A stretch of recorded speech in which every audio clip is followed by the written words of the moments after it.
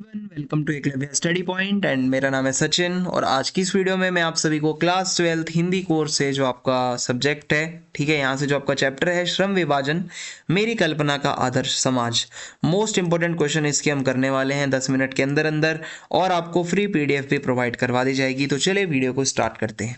आपसे रिक्वेस्ट है, आप इंस्टाग्राम पे मुझे ज़रूर फॉलो कर लें, यूज़र नेम आप सभी के सामने लिखा हुआ है। और अगर आपको पीडीएफ नोट्स डाउनलोड करनी है तो आप हमारे टेलीग्राम चैनल को ज्वाइन कर लें, क्लास 12 ईएसपी न्यू ग्रुप, और वहाँ पे आपको पीडीएफ्स मिल जाएंगी।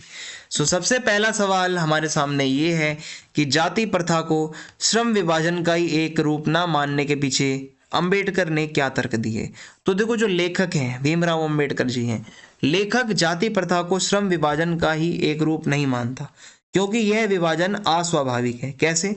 जाति प्रथा के बारे में यहाँ पे बताते हैं कि यह मनुष्य की रुचि पर आधारित नहीं है, ठीक है। इसमें व्यक्ति की क्षमता को नहीं देखा जाता, केवल ये देखा जाता है उसके माता पिता का सामाजिक स्तर क्या है। और मतलब जाति प्रथा में क्या है, फिक्स है कि आप किसी पर्टिकुलर जाति में पैदा हो रहे हो, उसमें आपकी स्किल्स का लेना देना नहीं है कि स्किल्स होने के बाद आप उस जाति में आ रहे हो, नहीं। आप अपने माता पिता का जो सामाजिक स्तर होगा, जिस भी जाति के वो हैं, वो ही आपकी जाति हो जाएगी, ठीक है। जाति प्रथा अलग चीज़ है, श्रम विभाजन बहुत ही अलग चीज़ है। व्यक्तियों के जन्म से पहले ही अगर आपने श्रम विभाजन कर रखा है, जैसे ब्राह्मणों का फिक्स है कि भाई वो पढ़ाएंगे, और क्षत्रियों का फिक्स है कि वो युद्ध लड़ेंगे, राजा बनेंगे, ऐसे ही वैश्य लोगों का फिक्स है कि वो कृषि करेंगे, पशुओं को पालेंगे, शूद्र लोगों का फिक्स है वो सभी लोगों की सेवा करेंगे। ये जन्म से पहले ही फिक्स कर देना बहुत ही गलत है। तो जाति प्रथा व्यक्ति को जीवन भर के लिए एक ही तरीके के काम धंधे से बांध के रख देती है, ठीक है। पेशा कैसा भी हो, अच्छा हो या गलत हो, व्यक्ति उसको करने के लिए बाध्य हो जाता है, और संकट के समय भी पेशा बदलना मुश्किल पड़ जाता है, चाहे भूखा भी मरना पड़े। तो जाति प्रथा को गलत बताया है यहाँ पे। फिर अगला सवाल, जाति प्रथा भारतीय समाज में बेरोजगारी और भुखमरी का भी एक कारण कैसे बनती है, आपको बताना है। क्या ये आज भी ऐसी स्थिति है? देखो, जाति प्रथा क्या होता है कि इसमें कोई भी व्यक्ति ऐसा मतलब अपना प्रोफेशन नहीं चुन सकता जो कि उसके पिता ने काम ना किया हो। मतलब भले ही वह उस पेशे में पारंगत हो, आपको किसी भी प्रोफेशन की कितनी भी नॉलेज हो, आपके पिता ने खेती करी है तो आप भी खेती ही करोगे, ऐसा चलता था हमारे समाज में। मीन्स उद्योग धंधों की प्रक्रिया और तकनीक में निरंतर विकास और ये सारे परिवर्तन होते हैं कि व्यक्ति पेशा बदलने को बाध्य हो जाता है। जब देखो टेक्नोलॉजिकल डेवलपमेंट होता है, जब नई नई जॉब्स आती हैं, तो हर किसी का मन करता है मैं एक नई तरीके की जॉब करूं। लेकिन ऐसे में यदि जाति प्रथा पेशा बदलने ही नहीं दे रही आपको, आप वही पुराना पेशा कर रहे हो, तो भाई भुखमरी भी आएगी और बेरोजगारी भी आ जाएगी, ठीक है। तो आज भयंकर जाति प्रथा के बाद भी ऐसी बाध्यता नहीं है। लोग जो है नए नए पेशे को अपना रहे हैं। आज की डेट में हमारे यहाँ पे आप अगर देखोगे कोई जाति प्रथा का भेदभाव नहीं होता। मतलब हमारे संविधान में अच्छे खासे कानून बने हुए हैं, कुछ भी गलत कोई करेगा किसी के साथ तो उसके लिए सजा है, ठीक है। तो लोग आज अपनी मर्जी से अलग अलग जाति के लोग अलग अलग काम कर रहे हैं। आज की डेट में ये सिचुएशन है।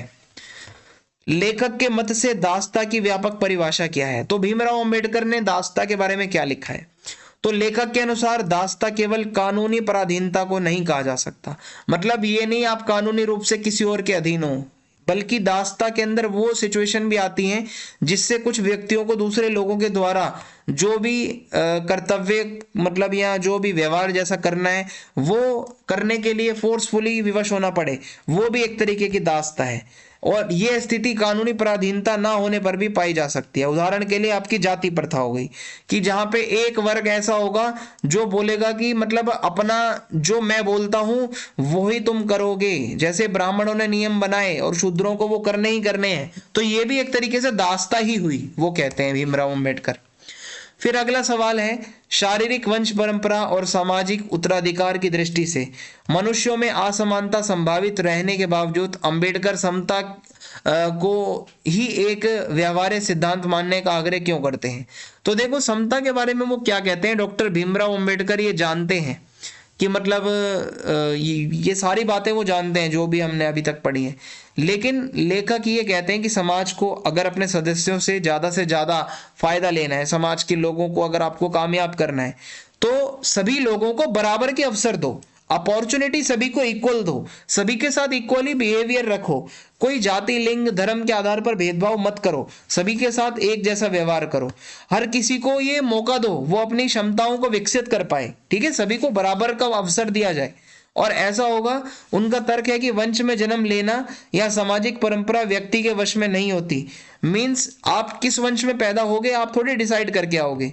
आपका जन्म हो गया शूद्रों में, अब यार बच्चे की क्या गलती है, वो शूद्र के घर पैदा हो गया, अगर ऐसा कुछ उस टाइम पे चलता था तो शूद्र भी तो इंसान ही है ना, लेकिन उनके ऊपर इतना ज्यादा वो रोक टोक कर रखी थी, वो पढ़ भी नहीं सकते बेचारे।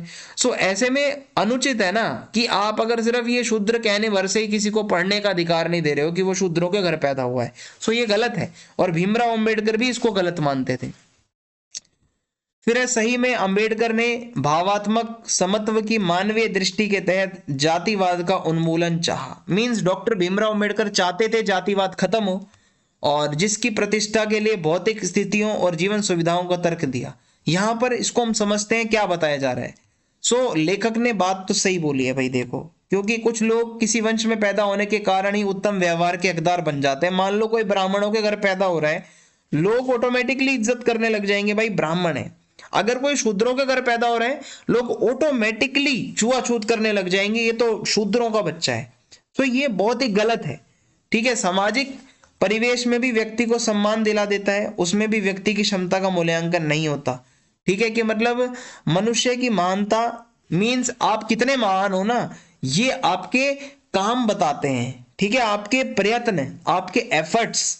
और मनुष्य के जो एफर्ट्स होते हैं ना, वो सही से जब भी आप उसको इवेल्युएट कर पाओगे जब आपको इक्वल समझा जाएगा। आप अगर ये समझ रहे हो, प्राचीन भारत की बात करूं, आप अगर शूद्र कैटेगरी से हो, आपके अंदर कितनी भी नॉलेज है, आपको समझा शूद्र ही जाएगा उस टाइम पे।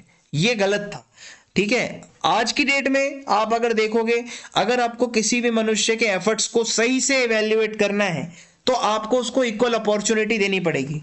उदाहरण के लिए गांव और नगर पालिकाओं के विद्यालयों में पढ़ने वाले बालक महंगे स्कूलों में पढ़ने वालों का मुकाबला कैसे कर सकते हैं।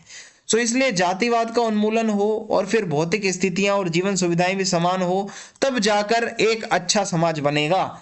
मतलब जातिवाद खत्म हो, सभी को एक जो जो सुविधाएं होती हैं, जो जो फैसिलिटीज हैं वो मिलेंगी, तो समाज भी अच्छा रहेगा।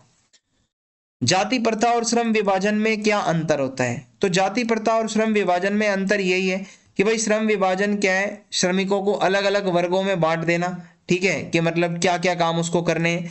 और जाति प्रथा क्या है कि आप जन्म के आधार पर कहाँ पैदा हो रहे हो, ठीक है, फिर उसके अकॉर्डिंग आप वही काम कर रहे हो, ऊंच नीच भी हो रही है जाति प्रथा में, तो ये आ जाएगा इसके अंदर।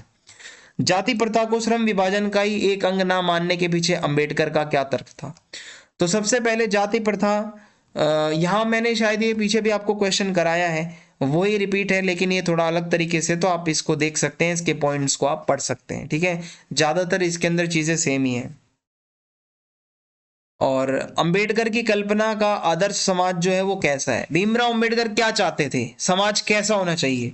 तो भाई डॉक्टर भीमराव अंबेडकर मानते हैं समाज में एक तो आजादी होनी चाहिए, सभी लोग स्वतंत्र हों, जो काम करना चाहते हैं, सभी लोगों को समान समझा जाए, इक्वालिटी हो, भाईचारे के साथ सभी लोग रहें, ऐसा समाज होगा। और इस तरीके से समाज में सभी लोग काम करेंगे, सभी को इक्वल अपॉर्चुनिटीज मिलेंगी, इक्वल व्यवहार होगा सभी के साथ, जहां भेदभाव ना हो, तो ऐसे में वो समाज, वो देश बहुत अच्छा होगा। कथनी से ज्यादा करनी पर ध्यान दिया जाएगा तो और अच्छा होगा। फिर है आदर्श समाज की स्थापना में डॉक्टर भीमराव अंबेडकर के विचारों की सार्थकता पर अपने विचार प्रकट करो। तो भाई लेखक यही कहता है कि भाई आजादी, स्वतंत्रता, समानता, भाईचारा ये होना चाहिए, ठीक है। और एक आदर्श समाज के अंदर ये जब परिवर्तन आएगा तो लाभ सभी लोगों को मिलेगा, इससे सभी लोगों का भला होगा, ठीक है, सभी लोग इससे सजग होंगे, जागरूक मतलब जागृत होंगे, सभी लोग जागरूक होंगे, और सभी को इक्वल अपॉर्चुनिटीज मिलेंगी, इक्वल अवसर मिलेंगे, तो सबका भला होगा, समाज में भाईचारा होगा, ठीक है। और दूध और पानी के मिश्रण के जैसा भाईचारा हो जाएगा, मतलब इतना लोग जुड़ कर रहेंगे और हर कोई अपने साथियों से प्यार करेगा, अगर इतना अच्छा समाज हमारा हो जाता है तो। सो ये सारी बातें हैं, ठीक है। इस चैप्टर से ये कुछ क्वेश्चंस थे जो मैंने आपको करा दिए हैं, 5 6 7 जितने भी क्वेश्चन हैं यही आते हैं। और आप चैनल को सब्सक्राइब करना ना भूलें, वीडियो को लाइक कर दें और वीडियो को शेयर करें। जय हिंद, जय